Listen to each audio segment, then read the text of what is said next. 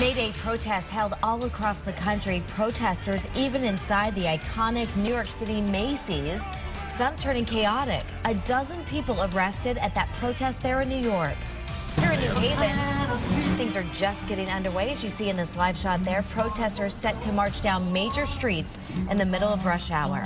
Thanks for joining us tonight. I'm Ann Craig. And I'm Darren Kramer. Those protests mark the first day of May, known as International Workers' Day. And this year, things are focused on President Trump and some of his policies, like immigration and women's rights. News 8's Jason Newton live for us in New Haven tonight, where people are getting ready to take to the streets right now. Jason? Yeah, Darren, that's right. They've been gathering out here on the New Haven Green here in downtown since about 12 o'clock this afternoon, getting ready for that protest march that's supposed to take place in about 30 minutes. So if you look behind me, there's a couple hundred people out here right now. They've got a stage set up. They've got a man up there playing some music and a couple vendors out here handing out some brochures and whatnot. But May the 1st has always been a day for workers and advocates to gather and celebrate their past victories and struggles, and also looking forward to future workers' rights. But this year, under a new president, President Donald Trump, this gathering is taking on a new urgent feel as people are worried for the millions of undocumented workers in this country.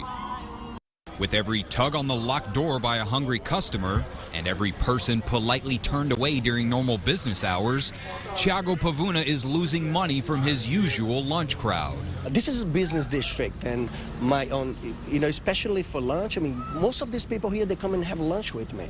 So I'm definitely going to feel the impact today. He owns the Taste of Brazil restaurant in downtown New Haven. He closed up shop Monday to stand in solidarity with laborers and workers. On this May Day 2017, the theme is a day without workers, in particular immigrant workers like himself, and what America would look like if those workers suddenly vanished by the millions. I'm a Brazilian by birth, but I'm an American by heart. I love this country, and I feel like I'm not doing something just for the immigrants. I'm doing for the country as well. May 1st has always been a day for workers to organize and push for fairness. Monday, the New Haven Green filled with the usual vendors, workers' rights advocates, and others, all there to celebrate the day. But this year has taken on another issue of importance to grassroots organizations, as undocumented immigrant workers are fearful under the new Trump administration. With the current administration, we're seeing a lot of people being terrified to even go to work. They're terrified of leaving their homes. As proof, they point to the plight of Luis Barrios, an undocumented working father from Derby who was always considered low priority for removal, now in danger of being deported back to Guatemala. Person who's lived here for almost 25 years, and in 2011 he got an infraction for a broken taillight. Now he has until May 4th to leave the country. Back out here live in New Haven, protest marches like this are scheduled to take place in other Connecticut cities, including Bridgeport, Stamford, and Danbury, and also in basically every other major city in the country. Now, this protest rally once again is set to take place at about 5:30.